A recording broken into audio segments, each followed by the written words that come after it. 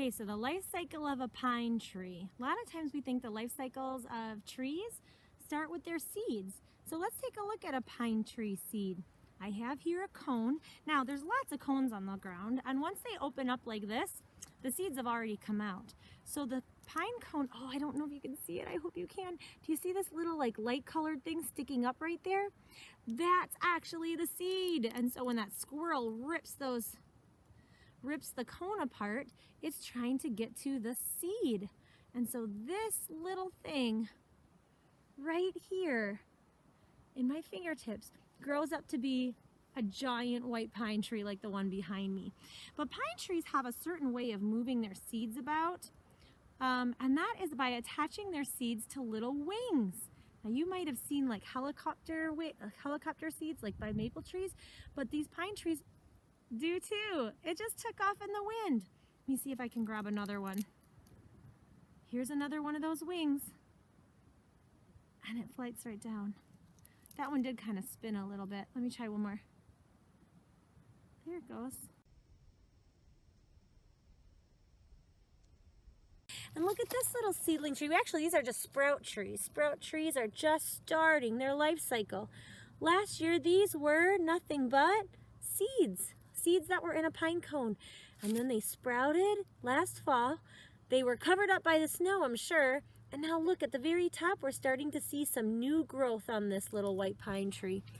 After that little sprout tree grows a seedling tree. So here's a seedling tree. It maybe grows up to maybe my knee or maybe my hip. And it's probably a few years old, 1, 2, 3, 4, 5 years old maybe in this one. And you can see it's starting to get some new growth on it as well. After the seedling tree comes the sapling tree. And sapling trees can be about as tall as you or me, all the way up to maybe about 10 feet tall. And so there would be a sapling tree that's taller than I am, but not taller than a basketball hoop. And then once you get to be a sapling tree and you keep growing and keep growing, then you get to be an understory tree.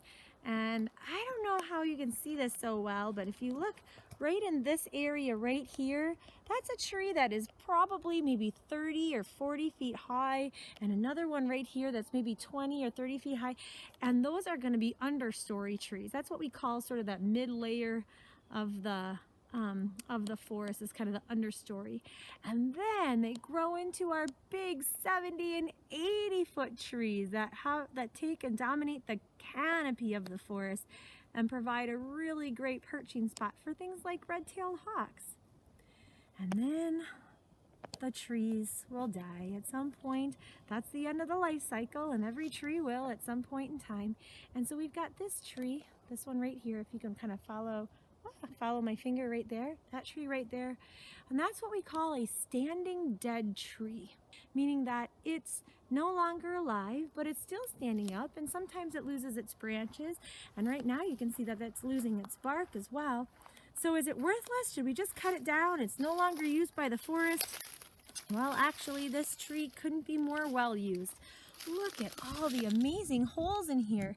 And this pattern design right there, that's from beetle larvae. And so the beetles lay their eggs under the bark, and the beetle caterpillars or larvae, they eat, and then the woodpeckers will go in and see if they can get them. And there's a little bug up there. And what is this thing right there? Something is stuck in there. It's almost like something is stuck, or like cash. Maybe it's a seed or like a cherry or something that some type of bird hid in there so it can eat it for later. So standing dead trees are so incredibly important. But you know what? They don't stand forever. And the last part of the life cycle of the tree is when that tree falls over and it becomes a log. Logs are amazing habitats for all kinds of animals. Things that live under the log in the coolness and the moistness of the soil. Things that use the log for nutrients, like the fungus that we already saw.